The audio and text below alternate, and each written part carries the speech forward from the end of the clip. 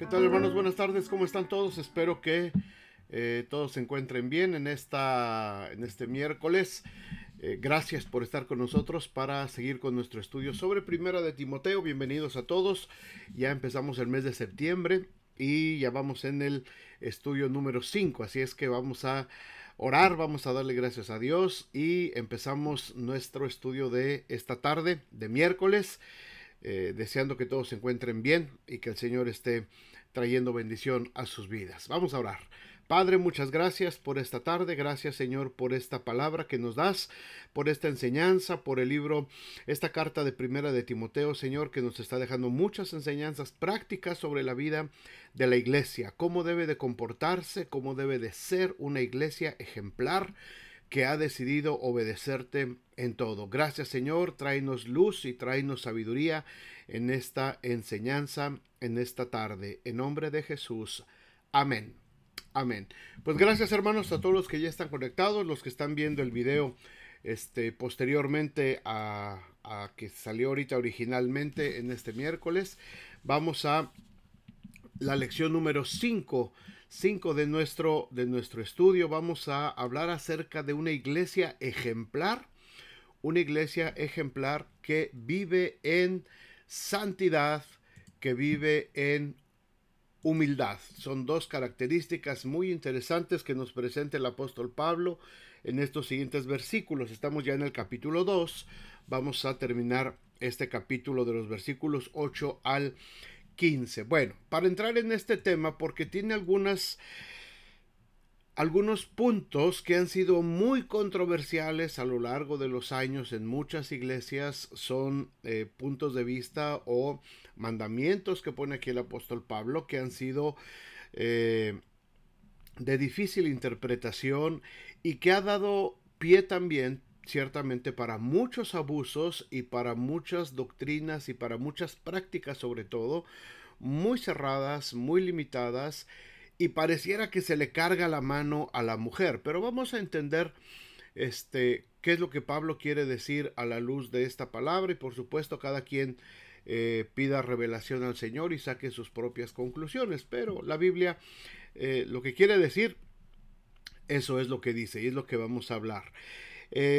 Recuerden que estamos hablando de la iglesia de Éfeso, a donde Timoteo está encargado en este momento, y Pablo le está escribiendo la carta para invitarlo o para animarlo a que combata las falsas enseñanzas, falsos maestros y falsas prácticas. Así es que Timoteo está en la iglesia de Éfeso tratando de ayudar a los hermanos, no solamente con los problemas que existían en cuanto a doctrina por aquellos falsos maestros que se habían infiltrado a la iglesia, sino también había problemas de conducta, como la había en las otras iglesias a las que Pablo les escribe, a los Gálatas, a los Corintios, les habla y les amonesta también de asuntos de conducta dentro de las iglesias. Ahora, ¿cómo hubiera sido para nosotros, o si pudiéramos remontarnos en el tiempo, en nuestra imaginación? ¿Cómo te imaginas o cómo se imaginan ustedes, hermanos, que sería visitar una iglesia, una congregación en la provincia de Asia en el primer siglo? Podemos decir específicamente esta iglesia de Éfeso. ¿Cómo hubiera sido o cómo nos imaginamos que hubiera sido llegar a un culto? La iglesia de Éfeso tiene su culto el domingo en la mañana y nosotros llegamos como invitados. ¿Qué nos íbamos a encontrar en esa iglesia de Éfeso? ¿Cómo eran las reuniones de las iglesias? Totalmente diferentes a lo que tenemos ahora. La cúltica o la liturgia, la forma en que dirigimos nuestras reuniones, nuestros servicios actualmente, por supuesto es muy diferente a cómo se hacía en el primer siglo, ¿verdad? Ahora tenemos cierto orden, tenemos la música primero, tenemos lecturas bíblicas, un tiempo de oración, después se levanta el predicador, nos expone la palabra de Dios, todos escuchamos en reverencia, en silencio la enseñanza, y después pues oramos y nos despedimos quizás con un canto. En general, así es como transcurren nuestras reuniones. Bueno, en el primer siglo, en las primeras iglesias, allá en el Asia Menor, a donde Pablo estaba estableciendo iglesias, tenemos que recordar que no había una forma tan elaborada para hacer sus reuniones, sus servicios, sino que se reunían los hermanos, se congregaban, había alguien que presidía, pero todo mundo opinaba, todo mundo daba sus opiniones y todo mundo preguntaba. No había una Biblia escrita como la tenemos nosotros para podernos guiar. Así es que todo mundo tenía interpretaciones, tenía manera de hablar, y muchos estaban eh, rebatiendo también lo que los falsos maestros habían entrado y habían tratado de enseñar a las iglesias. Ahora, hay una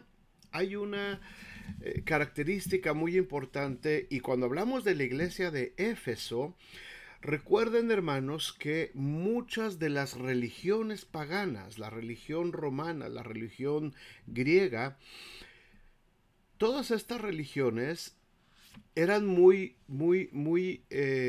inclinadas hacia la idolatría de deidades femeninas, de mujeres, de deidades. Estaba Diana de Éfeso, Artemisa, que es la misma, y estaban todas esas deidades. Si nos remontamos al Antiguo Testamento, vemos también cómo la imagen de Acera era una de las principales diosas, una deidad femenina. Ahora, ya en el siglo primero de la iglesia, en Roma bajo Grecia antes, es Artemisa, es Diana de Éfeso, ¿verdad? Y ahí en Éfeso, precisamente en esta ciudad, es donde estaba el gran templo de Diana, donde se celebraban los cultos idolátricos a esta deidad femenina. Ahora, siendo que era una deidad femenina, hermanos, muchas mujeres participaban activamente en esos, podemos llamarle cultos, en esos cultos que se hacían a esas deidades femeninas. Muchas de estas mujeres practicaban la prostitución sacerdotal, es decir, como sacerdotisas de estas deidades femeninas, se practicaba la prostitución, se practicaba todo tipo de impureza sexual dentro de los templos de estas deidades femeninas. Había, por supuesto, exceso de sensualidad, había exceso de inmoralidad sexual, porque eso era parte de los cultos, de los ritos que se ofrecían a estas deidades femeninas.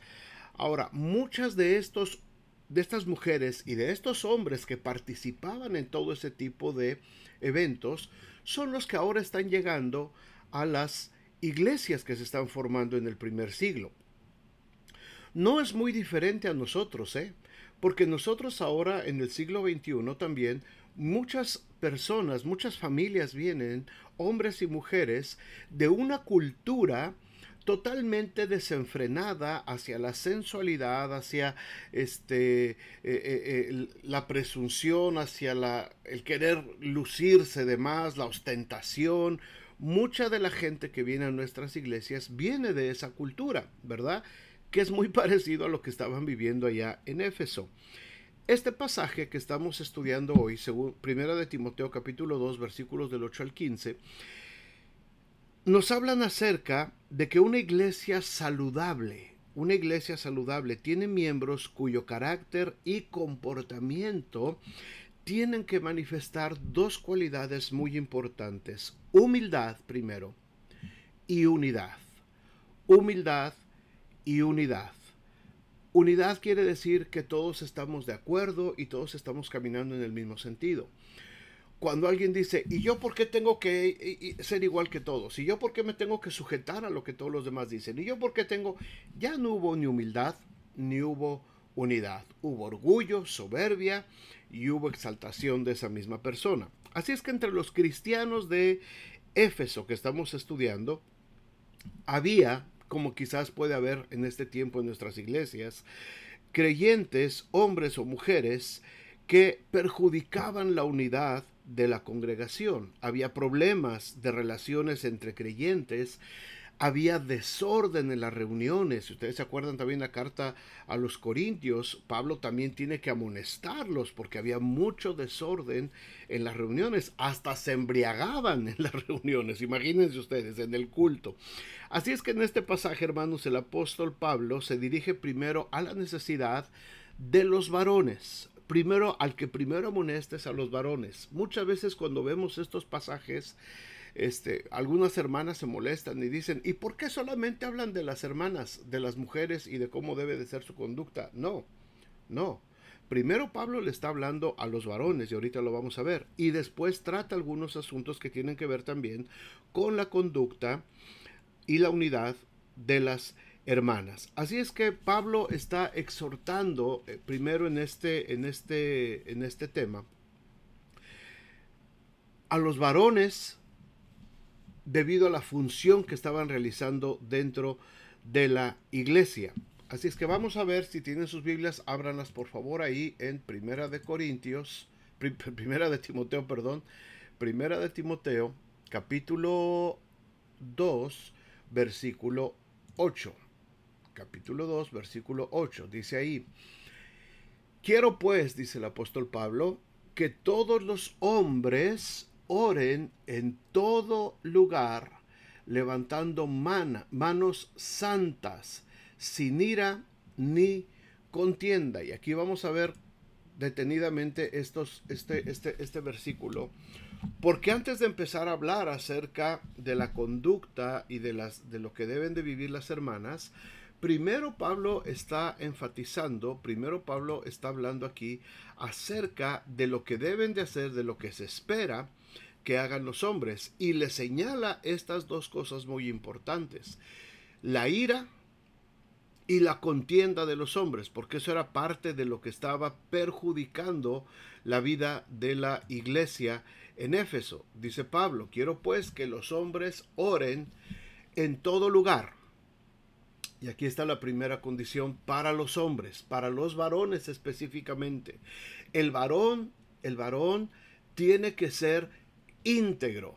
El varón debe demostrar integridad. Integridad significa que eres el mismo en tu casa, eres el mismo en la iglesia, eres el mismo en el trabajo, eres el mismo con tus amigos, eres el mismo con tu familia, eres el mismo con los hermanos de la iglesia. El varón tiene que ser íntegro, la misma conducta sea el lugar donde esté. Por eso Pablo está hablando aquí que quiere que los hombres oren en todo lugar, es decir, que su relación con Dios, que se manifiesta en gran parte a través de la oración, debe de ser la misma, el comportamiento del varón, donde quiera que esté, donde quiera que conviva, donde quiera que trabaje, donde quiera que sirva. El varón tiene que tener congruencia en su vida. No podemos esperar que un varón, siervo de la iglesia, un ministro de la iglesia o un diácono de la iglesia, un servidor de la iglesia, un creyente dentro de la iglesia, sea totalmente diferente afuera, que se comporte de una forma violenta, por ejemplo, dentro de su casa, que se comporte en una forma grosera dentro de su área de trabajo, que se comporte en una forma no correcta con las demás personas en donde quiera que esté. Los varones, en primer lugar, y Pablo está señalando esta falta de conducta en la iglesia de Éfeso, y por supuesto el Espíritu Santo nos la señala a nosotros también. El varón primero tiene que tener congruencia en su vida, mantenerse íntegro. Tiene que orar de la misma manera en todo lugar. La oración es la comunicación con Dios. Y yo tengo que estar comunicado con Dios en mi casa, en la iglesia, en el trabajo, en la calle, donde quiera que yo esté. Mantengo la misma integridad delante de Dios. Ahora, está hablando aquí Pablo también acerca de levantar las manos, levantar manos santas. A lo largo de toda la Biblia, hermanos, ha habido muchas maneras de cómo orar, muchas posturas físicas de cómo orar. La Biblia nos habla acerca de orar con los brazos extendidos hacia el cielo, ¿verdad? En Primera de Reyes 8:22. También nos habla de arrodillarnos delante de Dios cuando leemos, por ejemplo, en Daniel. Hablamos también de que se puede orar de pie, como lo dice Lucas 18:11. Se puede orar también estando sentado, con la cabeza inclinada, levantando la vista al cielo, postrados en el suelo, ¿verdad? Con el rostro a tierra. Es decir, hay muchas formas físicas, muchas posturas de cómo podemos orar. Pablo, cuando dice aquí levantando manos santas, él está indicando no tanto la posición del cuerpo, sino la conducta del hombre y su condición en su propio corazón. De esto es de lo que está hablando Pablo en este versículo. Cuando yo puedo extender mis manos santas en libertad, de que no estoy escondiendo nada, ya que las manos son instrumentos para hacer tanto el bien como el mal. Y aquí, cuando tú levantas tus manos, estamos simbolizando que estamos con manos limpias delante de Dios. Tienen que ser manos santas. El cristiano que guía a la congregación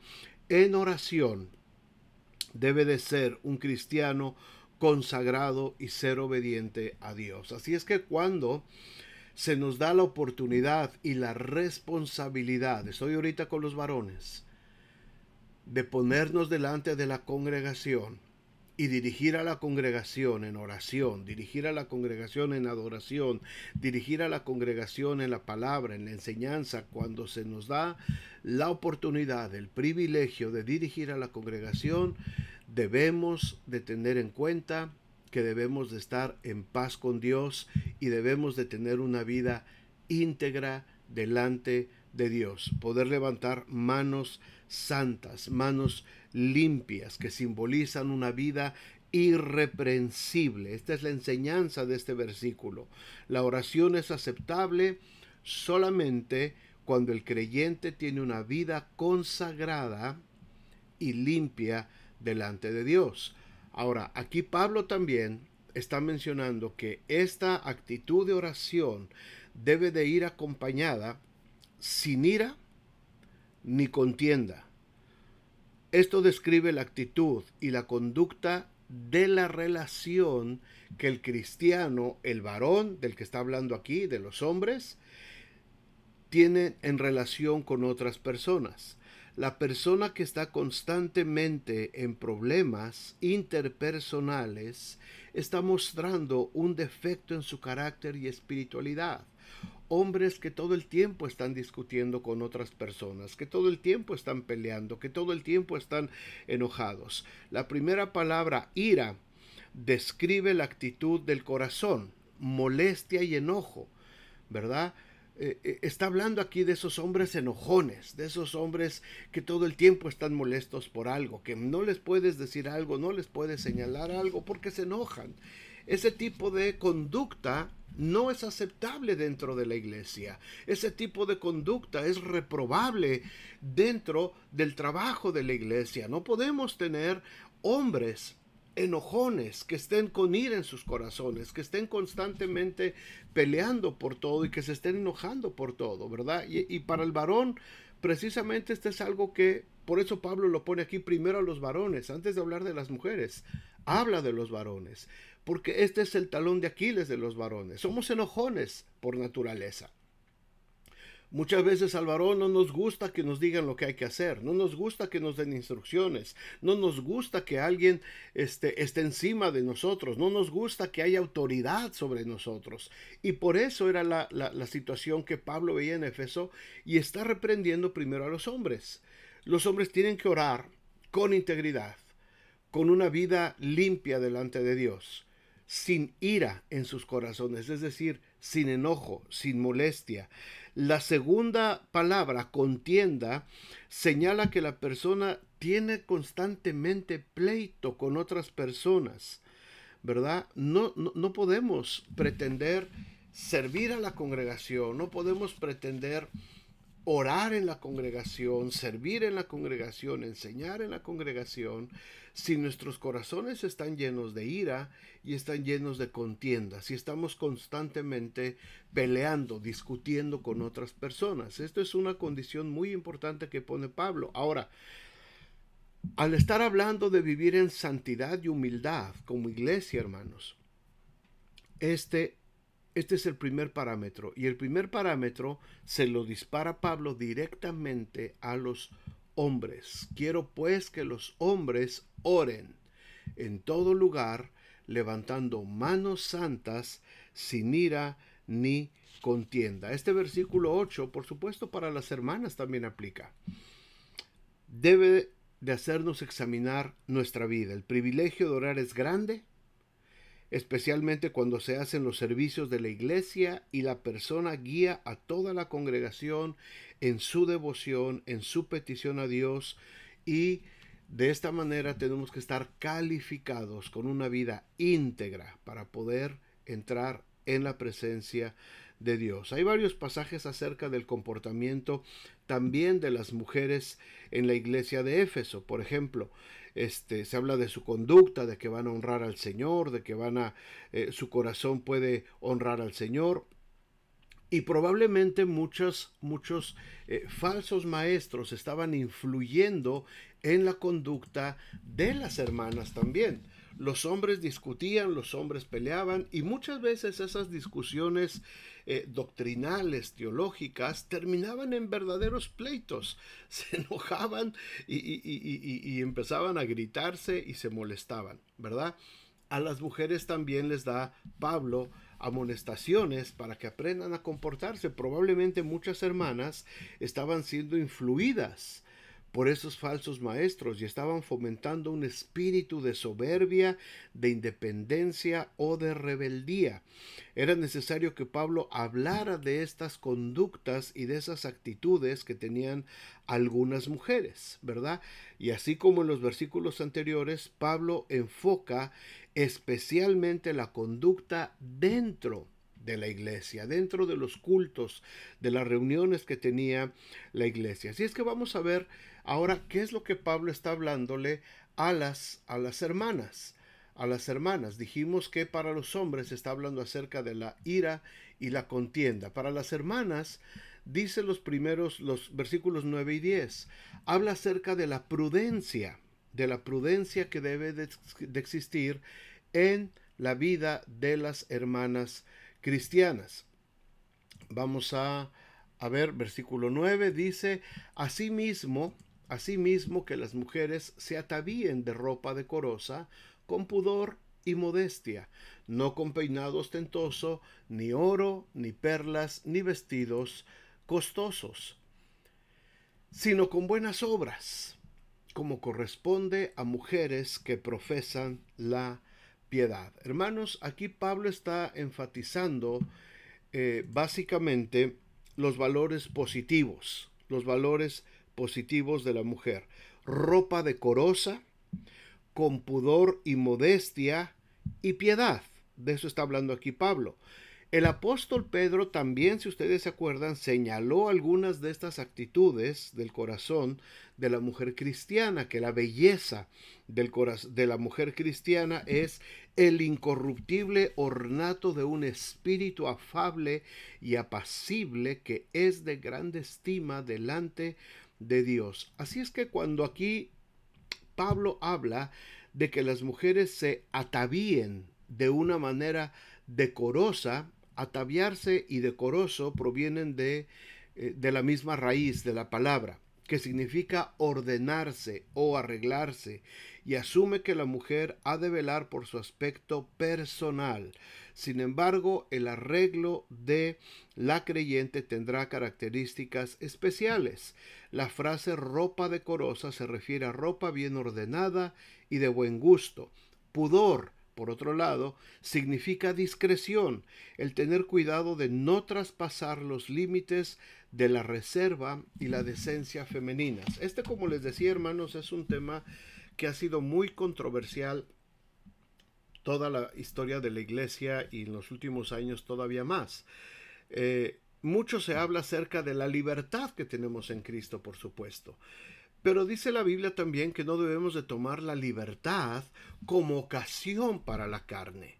Y muchas veces dentro de las iglesias, las mujeres, y ahora también los hombres, porque antes los hombres, bueno, en este tiempo los hombres pues solamente se ponían su túnica, ¿verdad? Y su barbita y nada más. Pero ahora los hombres también están incurriendo cada vez más en esta nueva generación en asuntos de moda, en asuntos de ser vistosos, de decorarse, ¿verdad?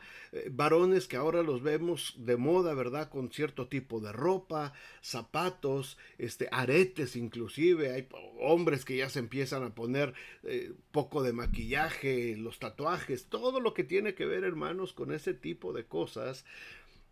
Aquí la palabra de Dios nos está mandando que seamos prudentes, que seamos decorosos, que nos ataviemos, que nos vistamos de una manera decorosa, ¿verdad? Vamos a la iglesia, vamos al templo, vamos a una reunión a alabar al Señor. No vamos al baile de la Sonora Santanera, no vamos a ir a una fiesta particular, no vamos a ir a un baile sensual, vamos a ir a alabar al Señor. Y esto es algo muy importante. Todos debemos de observar tanto hombres como mujeres, porque antes era más esto sobre las mujeres, ¿verdad?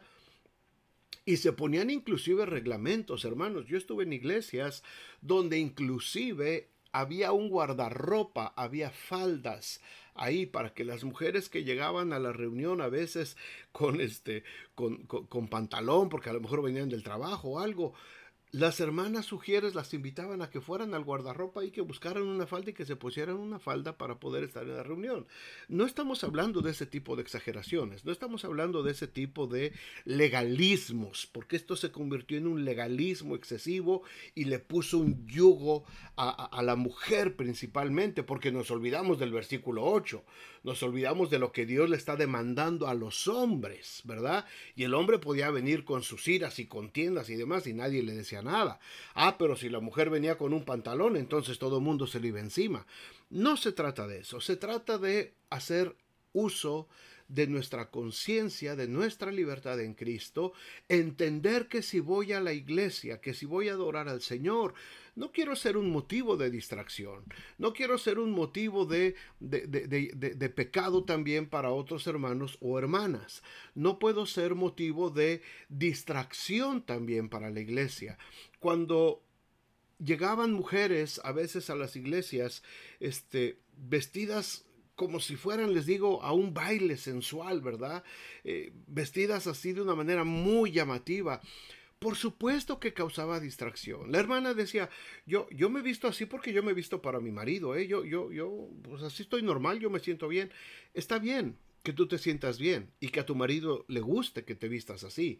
Sin embargo, piensa dónde vas. Veamos a dónde vamos en ese momento. Como les dije, no estamos yendo a una fiesta, no estamos yendo a un lugar donde vamos a ver quién va vestido más sensualmente, más sexy, más atractivo, más atractiva.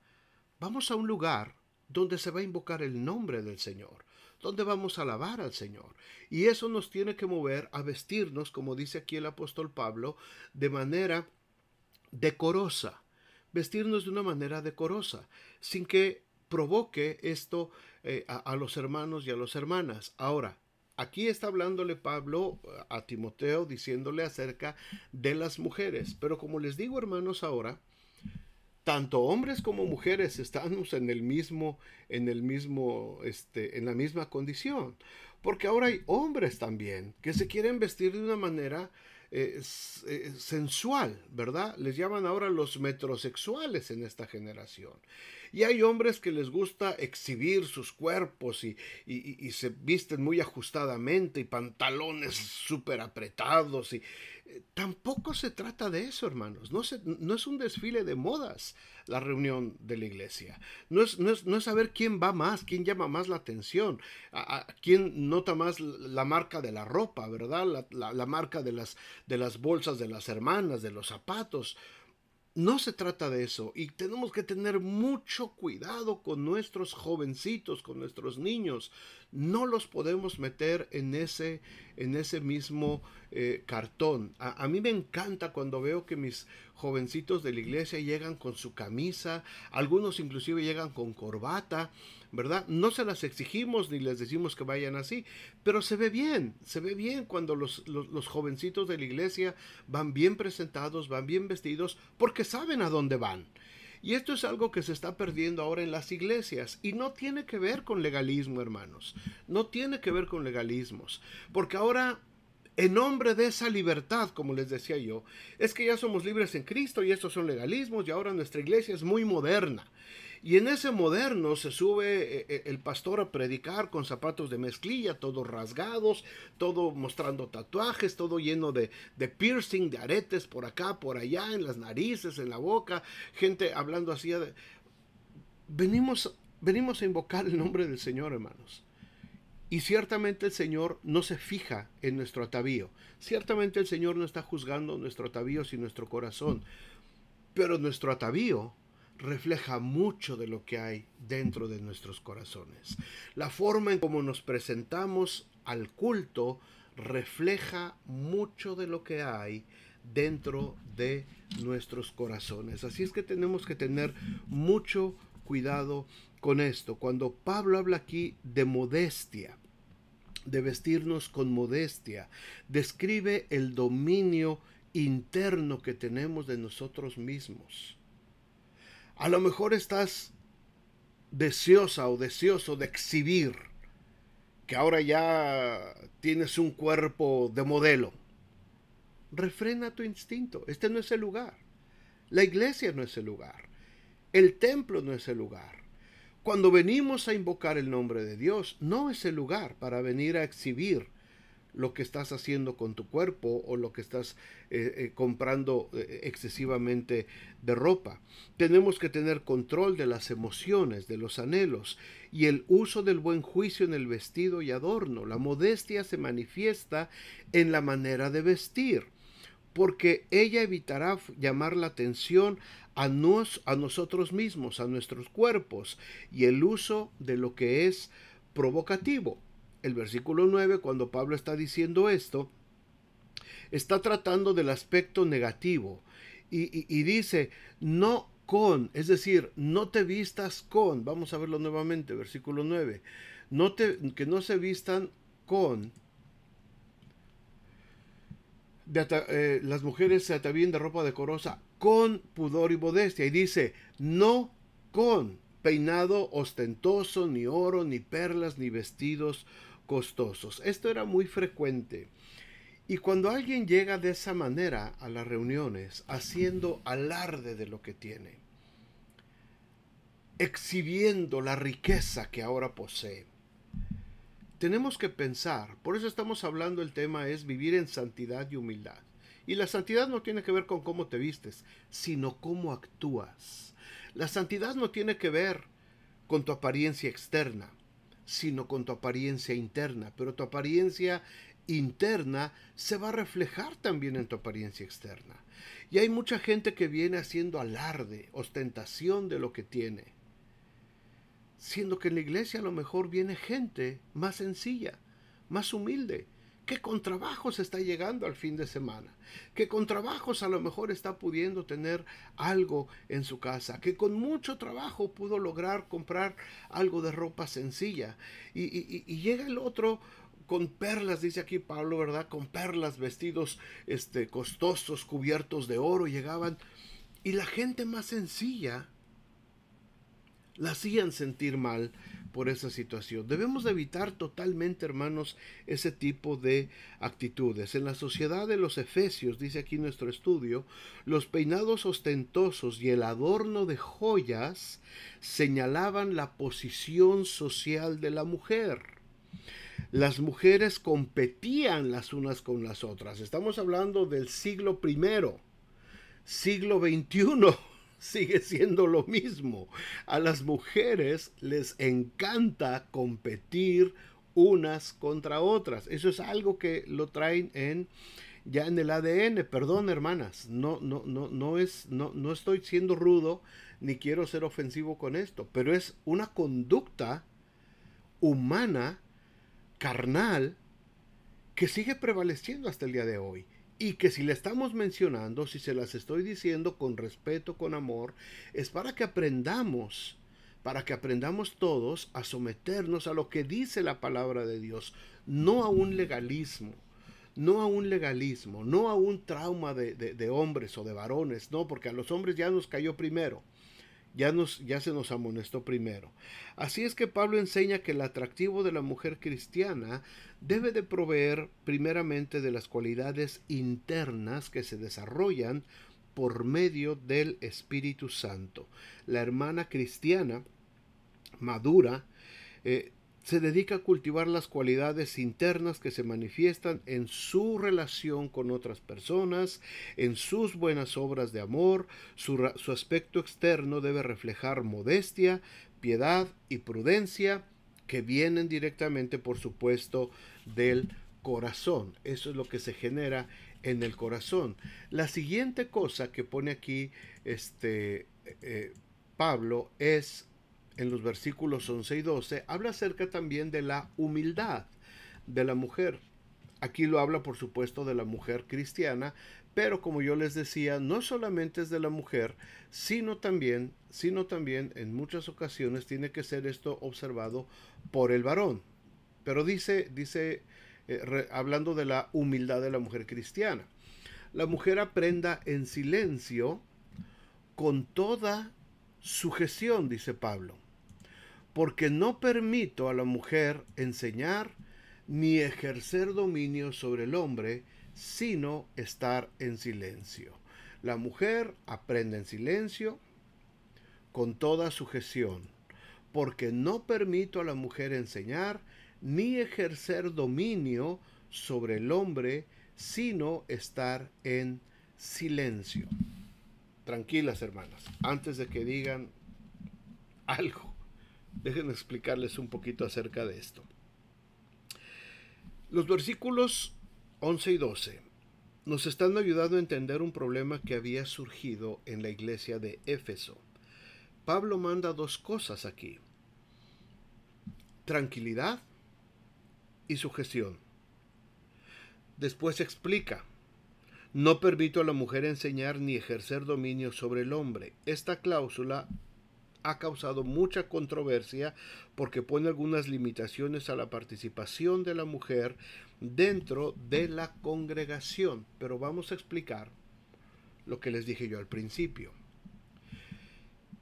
La mayoría de estas mujeres provenían de los cultos a las deidades femeninas, donde la mujer tenía una prominencia, donde había autoridad. Las sacerdotisas de estas deidades femeninas eran las que tenían autoridad sobre el hombre. ¿Y por qué pasa esto, hermanos? Desde un principio, y ahorita lo vamos a ver un poquito más adelante en los versículos 13 al 15, desde un principio, recordemos, Satanás ha tratado de distorsionar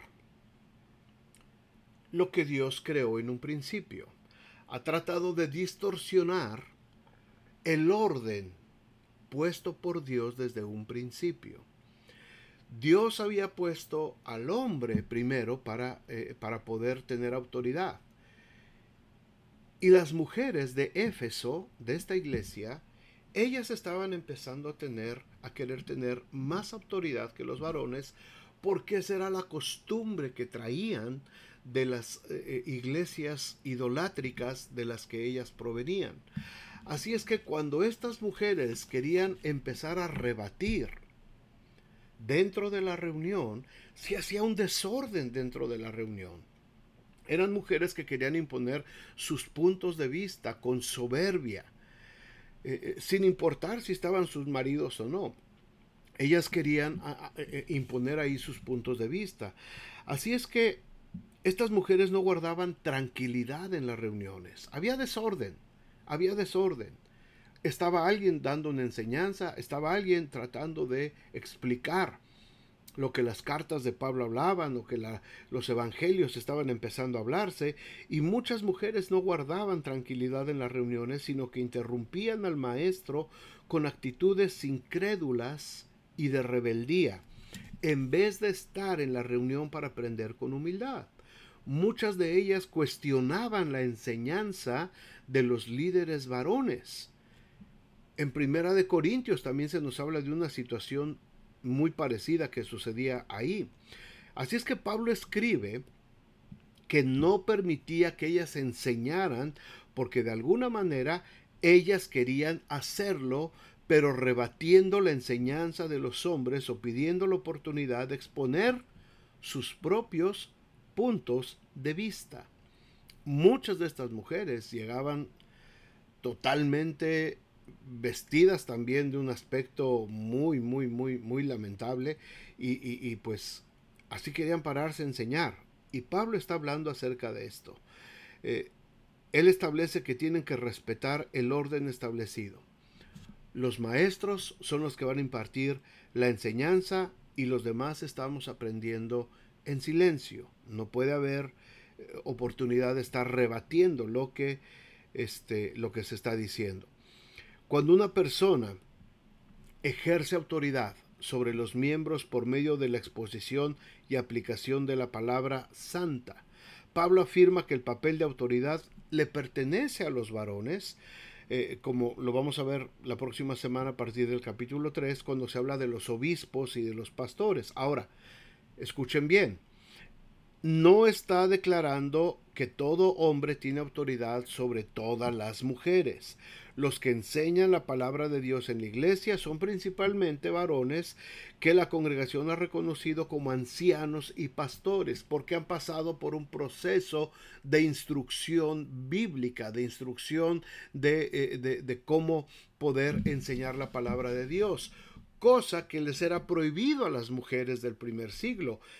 Los varones difícilmente estaban preparados, las mujeres no tenían acceso a esa preparación. Ahora, bendito sea Dios, tenemos acceso para que las hermanas, para que las mujeres puedan tener una preparación correcta y puedan tener la capacidad de enseñar la palabra de Dios. Tenemos maestras de niños, tenemos maestras de mujeres que están compartiendo los grupos de mujeres, y tenemos hermanas que han predicado en la congregación, ¿verdad? ¿Por qué? Porque han mostrado su idoneidad para poder compartir la palabra de Dios. Así es que es probable, hermanos, que la conducta de las hermanas tenga relación con el problema doctrinal que estamos viendo en la carta. A lo mejor ellas estaban metiendo también las enseñanzas de estos falsos maestros. Recuerden esto: los falsos maestros les encantaba engatusar a las mujeres, y muchas de esas reuniones con esos falsos maestros estaban llenas de mujeres que se dejaban engatusar por estos falsos maestros, y llegaban a la reunión general y ellas querían imponer sus enseñanzas. Así es que quizás hayan convencido a algunas de estas mujeres, y ellas se oponían a la doctrina sana que Timoteo y otros hermanos estaban tratando de enseñar a la iglesia. Como les digo, no tenían Biblia y no tenían un instituto de capacitación teológica. Apenas estaba desarrollando todo eso. Así es que en vez de aceptar la enseñanza con humildad, estas mujeres discutían con los maestros, y probablemente algunas ambicionaban enseñar también directamente a la congregación. Pablo les está hablando que están fuera de orden, porque la autoridad de enseñar y aplicar la palabra de Dios era para los líderes establecidos dentro de las iglesias. Ahora, entendamos esto, hermanos y hermanas. El apóstol Pablo no está en contra de la mujer, ni desea quitarle en ningún momento su dignidad con estos versículos. Si recordamos en el libro de Tito, capítulo 2, versículos 3 al 5, instruye a las mujeres a que le enseñen a otras mujeres. No está diciendo que le enseñen, les está diciendo que pueden enseñar. Y en otros pasajes Pablo también elogia a las mujeres, muestra su respeto, su aprecio por ellas, porque fueron compañeras de trabajo, de servicio. Ellas estuvieron en todo tiempo jugando un papel muy importante en el ministerio, no solamente de Pablo, sino del mismo Señor Jesucristo, ¿verdad? El cristianismo, y escuchen bien esto, hermanos y hermanas sobre todo, el Evangelio de Jesucristo le otorgó a la mujer privilegios y el valor que otras culturas y religiones no les daban, ni al día de hoy se las siguen dando. Muchas religiones, muchas sectas religiosas usan solamente a la mujer como siervas, ¿verdad? Y las tienen y les imponen una serie de reglamentos, una serie de requisitos. Los mormones, por ejemplo, hasta les ordenan la ropa interior que tienen que usar las hermanas. Esto es una aberración total del evangelio, hermanos. Pablo no está hablando de esto. Pablo no está hablando de que la iglesia tiene que ver y que tiene que convertirse en juez de cómo se viste o cómo se conduce una hermana. Pablo está apelando a la sabiduría, a la prudencia de cada mujer creyente en Cristo para entender la forma en cómo se deben de llevar a cabo las reuniones cristianas y cómo deben de presentarse tanto hombres como mujeres dentro de una reunión cristiana. Ahora, la sujeción, cuando Pablo está hablando aquí de que tienen que estar sujetas, la sujeción significa simplemente, hermanos, ocupar un rango abajo. En términos militares, el ser clasificado debajo de un oficial no significa inferioridad como persona, o que tenga menos valor, o que sea menos inteligente o menos capaz. El rango tiene que ver con orden, con responsabilidad y con autoridad. Cuando se habla de que la mujer debe de estar sujeta, no está hablando de que la mujer tiene menos valor, ¿eh? No está hablando de que tiene menos importancia. El estar en sujeción no tiene nada que ver con un nivel bajo de la persona. Está hablando de que tenemos roles completamente diferentes. Yo, como pastor principal de la iglesia, hay otros hermanos líderes que están bajo sujeción mía como pastor. Pero eso no quiere decir que ellos tengan menos importancia o que ellos tengan menos valor o que sean menos capaces de hacer algo que yo no pueda hacer. Significa solamente que hay un orden establecido dentro de la iglesia. Tenemos diferentes responsabilidades, tenemos diferentes capacidades y tenemos diferentes llamados de parte de Dios, equipados con diferentes dones. Eso es sujeción. Eso es sujeción. Y Pablo nos llama siempre en Efesios también que estemos sujetos unos a otros. Hay actividades donde alguna hermana de la iglesia es directora de ese ministerio. Yo me sujeto a ese ministerio cuando ella está ejerciendo esa autoridad que la iglesia le otorgó. Espero que me entiendan esto, hermanos. Por ejemplo, cuando la hermana que dirige el grupo de mujeres, ella me pide consejo, por supuesto, me pide opinión de lo que se va a hacer y coordinamos el trabajo de la iglesia bajo mi autoridad, pero yo estoy sujeto a la autoridad cuando ella está ejerciendo ese lugar que la iglesia le confirió. ¿Por qué? Porque es una mujer que ha demostrado ser confiable, que ha demostrado su prudencia, que ha demostrado su estabilidad en Cristo y su madurez cristiana. Lo mismo con los otros ministerios donde tenemos hermanas que están dirigiendo, que están sirviendo. Así es que no quiere decir solamente que la mujer tiene que estar bajo un yugo de servidumbre bajo el hombre. Eso significa estar sujeta. No, no. Significa que cada uno entendemos el rol, pero hay un orden, hay un principio de autoridad. Hay mucho de lo que podemos seguir aprendiendo, hermanos, de esto. Pero vamos a ver la siguiente serie de enseñanzas de los versículos 13 al 15. ¿Cuál es el ministerio especial de la mujer? Y aquí es de lo que yo les hablaba hace unos momentos. El autor de esta carta, Pablo, concluye dando las razones para el liderazgo principalmente de los varones de la iglesia en Éfeso. La primera se encuentra en el versículo 13 precisamente y se basa, como les decía hace unos momentos, se basa en la creación. Vamos a ver lo que dice aquí el versículo 13. Porque Adán fue formado primero, dice, después Eva. Y Adán no fue engañado, sino que la mujer, siendo engañada, incurrió en transgresión. Pero se salvará, ojo con esto, ahorita lo vamos a explicar, se salvará engendrando hijos si permaneciere en fe, en amor y santificación con modestia, es decir, sin quererse hacer notar, sin presunción, sin soberbia, con modestia, con lo que Dios ha puesto solamente en su corazón. Vamos a explicar estos 3 versículos brevemente, hermanos. El concepto del versículo 13, ¿verdad? Porque Adán fue formado primero y después Eva. Se basa en la creación.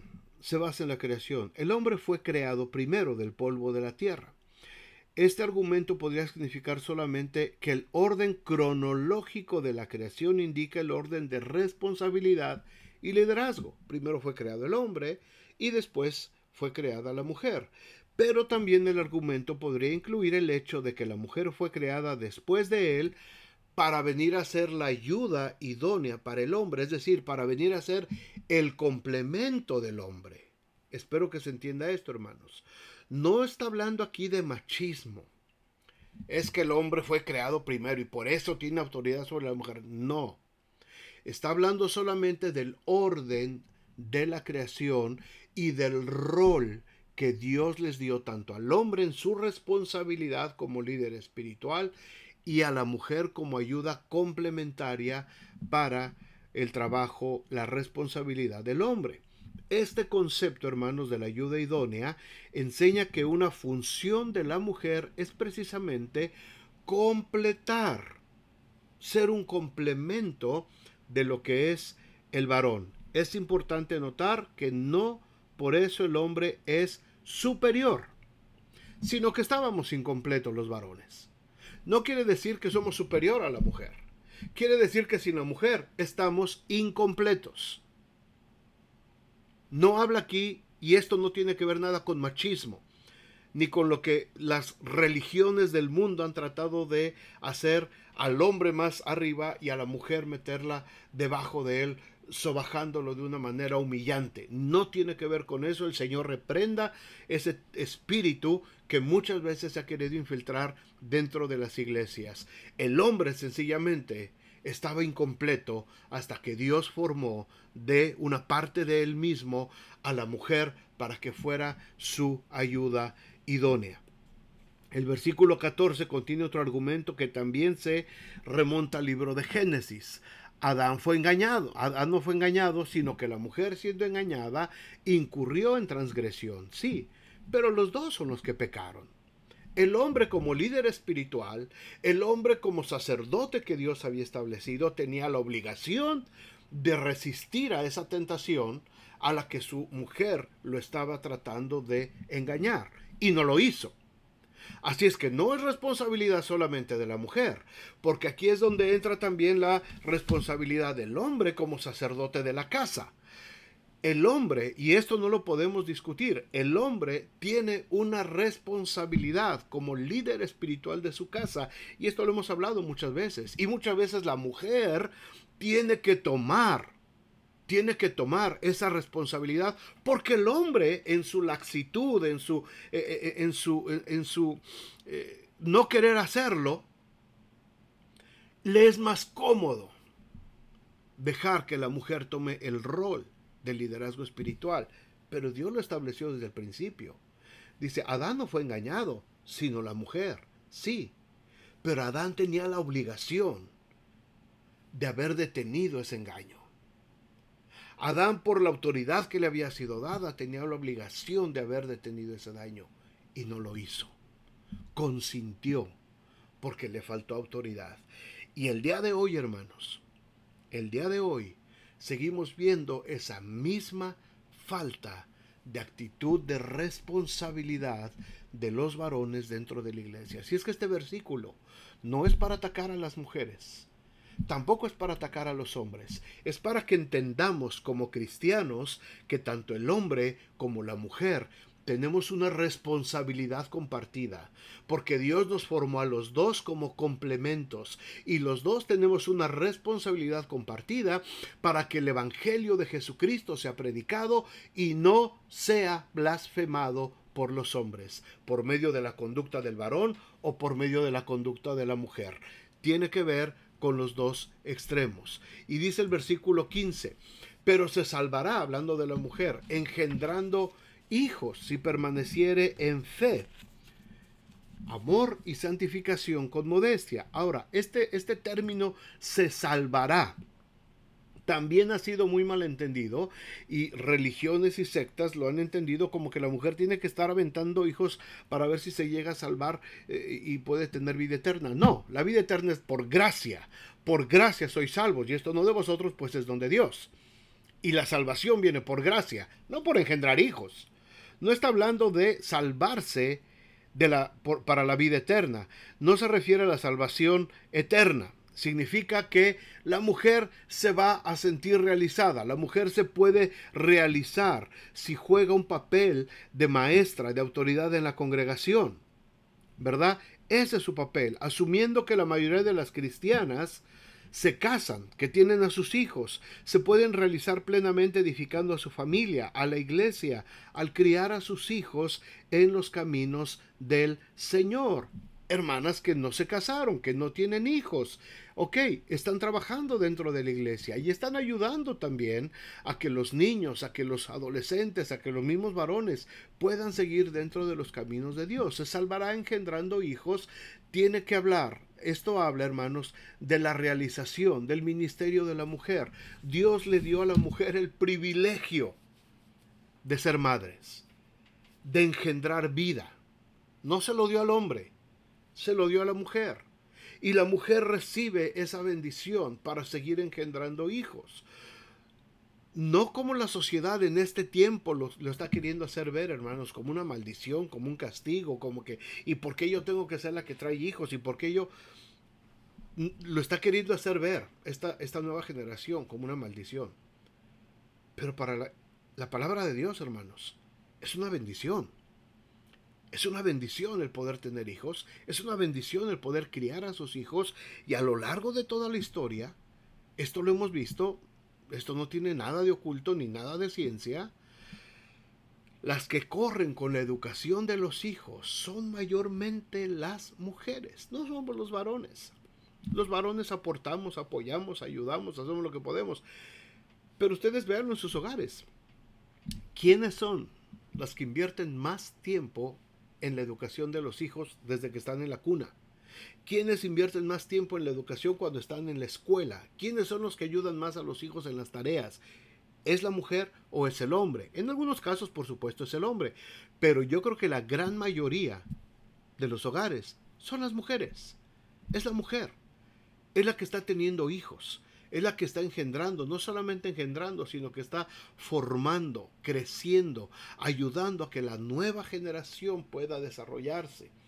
En nuestra iglesia tenemos más maestras de niños que maestros. Gracias a Dios porque hay maestros, pero son más las hermanas que están al frente de los niños. ¿Por qué? Porque esa es una bendición que Dios les dio y es algo que traen y es algo que les gusta y es algo que en su instinto que Dios puso en sus dones espirituales, ahí está, ¿verdad? Y tienen que hacer eso permaneciendo en fe, amor, santificación y modestia, dice aquí el apóstol Pablo. Ejercer los dones espirituales, hermanos. Ejercer los dones espirituales a lo que Dios nos llamó no requiere que tengamos un puesto oficial en la iglesia. La mujer puede inclusive tener el don de ser pastor. El Señor la puede usar para apacentar la grey que está cerca de ella, conducirla a reflejar la imagen de Cristo. Otras ejercen el don de exhortación, de consolación, de ánimo, a través de la consejería. Cada don espiritual conlleva muchas oportunidades para las cuales Dios ha escogido a cada individuo para realizar un ministerio para la edificación del cuerpo de Cristo. Dios ha bendecido a las mujeres cristianas, hermanos, con sensibilidad especial, con amor, con pasión, con talentos musicales, talentos artísticos, habilidades administrativas. Gracias a Dios, nosotros tenemos una excelente tesorera en nuestra iglesia, con preparación especial en distintos campos académicos y por supuesto con liderazgo. Son infinitas las oportunidades que tiene para poder servir dentro de la iglesia las hermanas cristianas, Hombres, oren en todo lugar, manténganse íntegros delante de Dios, con temor, con temblor delante de Dios, y siendo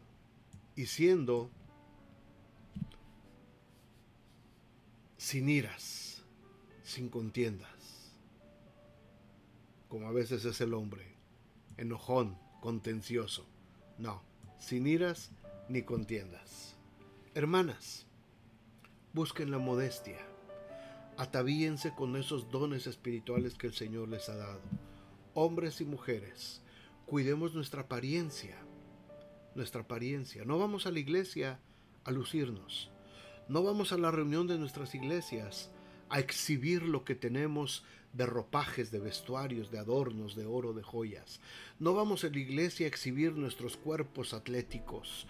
No vamos a la iglesia a exhibir si somos sensuales o sexys. Vamos a la iglesia a buscar la presencia de Dios. Y mientras menos llamemos la atención de los hermanos, de las hermanas que están ahí en la iglesia, mejor. Todos sabemos lo que es vestir con modestia, ataviarnos decorosamente. No vamos a poner límites, ni vamos a decir esto está permitido, esto está prohibido. Cada uno, por favor, pídale sabiduría a Dios, pídale prudencia a Dios, discernimiento, y actúa en consecuencia. Y si una hermana mayor a las hermanas jóvenes les amonesta y les da un consejo, hermanas jóvenes, tomen el consejo, no se molesten, no se enojen, escuchen lo que las hermanas adultas también tienen que enseñarles a ustedes. Gracias, Señor, por este tiempo, gracias, Señor, por esta enseñanza. Gracias, Padre, porque tú le diste tanto al hombre como a la mujer un lugar muy especial dentro del ministerio. Y cada uno tenemos responsabilidades, cada uno tenemos privilegios, tanto hombres como mujeres, y entre todos tenemos que seguir construyendo la unidad y la humildad de nuestras iglesias. Danos, por favor, Señor, la sabiduría, que no haya soberbia en nosotros, que no haya autoritarismo, que no haya legalismo, que pueda haber prudencia en cada uno de nosotros para poder aprender, entender, recibir los consejos que nos tengan que dar y poder aportar todos para una mejor unidad y una iglesia ejemplar que vive en humildad y unidad. Gracias, Señor, por este tiempo. Gracias por cada uno de mis hermanos y de mis hermanas que vieron este estudio. En nombre de Jesús. Amén y amén.